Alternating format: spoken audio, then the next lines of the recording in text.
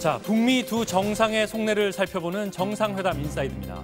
조금 전 영상으로도 보셨지만 어제 오랜만에 만난 두 정상. 짧다면 짧고 길다면 긴 얘기들을 나눴습니다. 사용하는 어휘 하나하나도 심사숙고했겠죠. 몇 가지 눈에 띄는 단어들을 살펴보겠습니다. 먼저 김정은 위원장입니다. 사방이 불신과 오해라는 말로 소감을 시작했습니다. 각종 핵시설을 폭파하거나 해체했지만 이벤트성 쇼로 보는 시각이 사실 팽배하죠. 이런 의심의 눈초리에 대한 서운함을 드러낸 걸로 보입니다. 그리고 260일, 시차 때문에 하루 정도 차이는 있겠습니다만 작년 6월 1차 북미 회담 이후를 계산한 건데요.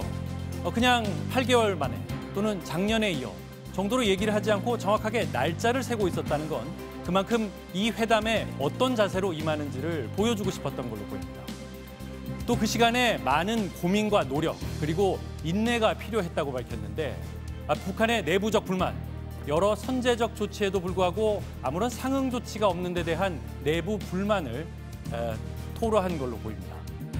특히 이번 회담에서 모든 사람이 반기는 결과를 내겠다며 최선을 다하겠다고 말했는데 이 최선이란 단어에 트럼프 대통령도 흡족한 미소를 띄었죠. 다음은 트럼프 대통령인데요. 언제나처럼 강조하고 싶은 내용은 유사한 단어를 계속 반복해서 썼는데요. 좋은 관계, 훌륭한 만남, 좋은 결과 등이 대표적입니다. 그 외에 사용한 눈에 띄는 단어들도 있는데요. quicker, 더 북미 협상이 더 빨랐으면 하는 사람들이 있다. 사실은 이번 비핵화 협상에 대한 비판에 불만을 드러나는 건데 전날 트위터에도 그렇게 잘할 거면 당신들 집권할 때나 잘하지 그랬냐며 오바마 전 정부를 강하게 비판하기도 했습니다. 그러면서 이번 회담의 성과를 가늠해 볼 만한 단어도 썼는데요. 적어도 지난번보다는 나쁠 순 없다는 확신에 찬 표현으로 보입니다. 하지만 여전히 고개를 갸우뚱하게 하는 대목도 있었죠. 지금까지의 가장 큰 성과로 두 정상의 관계를 꼽았습니다. 비핵화 진전. 이런 단어는 이번 회담의 성과로 미뤄둔 건지 지켜봐야겠습니다.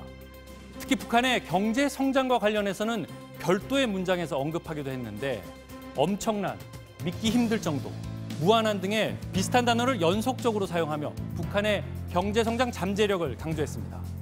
경제 제재 완화 또는 그 이상의 지원이 이번 회담의 상응 조치라는 점을 분명히 하고 있습니다. 트럼프 대통령도 이번 만찬 직전 트위터에 회담에 임하는 자세를 밝히기도 했는데요.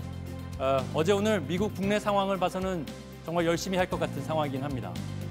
자, 이에 대한 평가. 북한의 조선중앙통신은 이례적으로 신속하게 오늘 아침 회담 진행 상황을 보도했는데요. 포괄적이고 획기적인 결과가 나올 것으로 기대했습니다. 어제 두 사람이 만찬 직후 공개한 대화. 이 돈을 주고도 들을만 했다는 흥미로운 대화.